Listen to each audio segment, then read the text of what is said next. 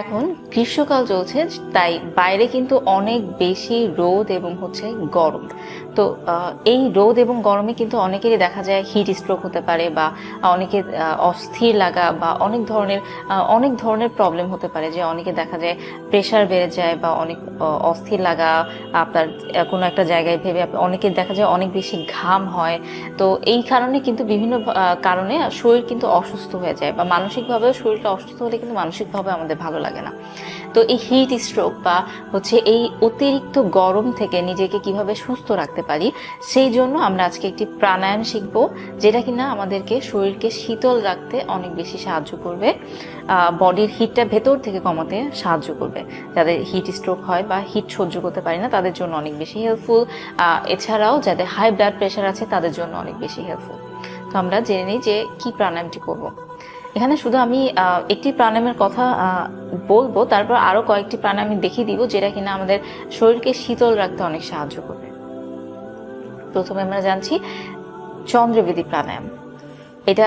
এই প্রাণায়ামগুলো কিন্তু ডিটেলসে আপনারা সেলফ লিঙ্ক হাবের পেজে পেয়ে যাবেন। সেলফ লিঙ্ক হাবের ফেসবুক পেজ অথবা ইউটিউব চ্যানেলেও আপনারা এই প্রত্যেকটা প্রাণায়ামের কিন্তু আলাদা আলাদাভাবে ডিটেলসে পেয়ে যাবেন, কিভাবে করতে হয়, কতক্ষণ করবেন, বা কি কি, এই সম্পূর্ণ পেয়ে যাবেন। তো প্রথমটা হচ্ছে চন্দ্রবেদী প্রাণায়াম, যা কিনা আমরা যে কোনো ধ্যান আসনে বসে করতে পারবো। যে কোনো আপনি যদি সোজাভাবে এভাবে বসে থাকতে কষ্ট হয়, তাহলে আপনি পিঠে কোনো একটা কিছু হেলান দিয়ে বসতে পারেন, কিন্তু অবশ্যই বেটার হচ্ছে আপনাদের মেরুদণ্ডটা যেন সোজা থাকে, সেটা খেয়াল রাখবো। মেরুদণ্ড সোজা রেখে বসবো। যে কোনো ধ্যান আসনে যে কোনোভাবে পা রাখতে পারি, যেভাবে কমফোর্টেবল ফিল হয়। এরপর চোখ বন্ধ করবো। অবশ্যই চোখ বন্ধ করে হাত আমরা যে কোনো মুদ্রায়, যার যেটা পছন্দ যে কোনো মুদ্রায় রাখতে পারি। সর্বোচ্চ প্রচলিত মুদ্রা যেটা আছে সেটা হচ্ছে চিন মুদ্রা বলা হয়। তর্জনীর মাথাটাকে বৃদ্ধাঙ্গুলিতে ধরে এভাবে বসা।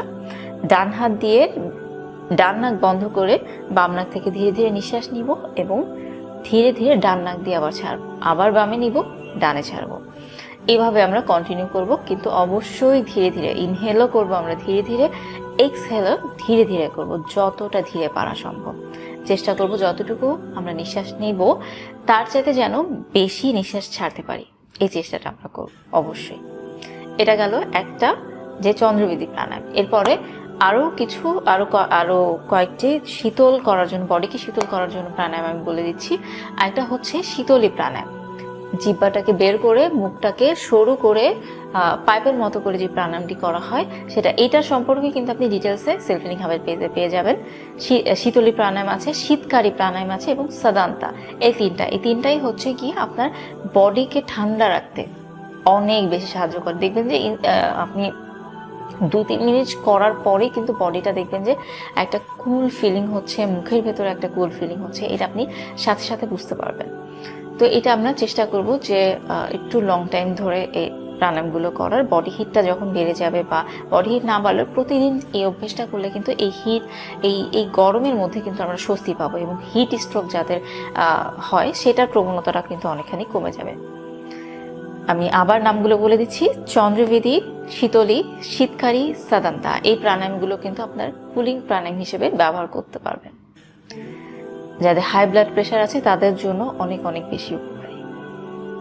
আজকে আমাদের ভিডিও এই পর্যন্তই থাকছে। আশা করছি এই ইনফরমেশনটি আপনাদের অনেক উপকারে আসবে। আবার দেখা হবে নেক্সট ভিডিওতে, নেক্সট কোনো টপিক নিয়ে। সে পর্যন্ত সবাই ভালো থাকবেন, সুস্থ থাকবেন।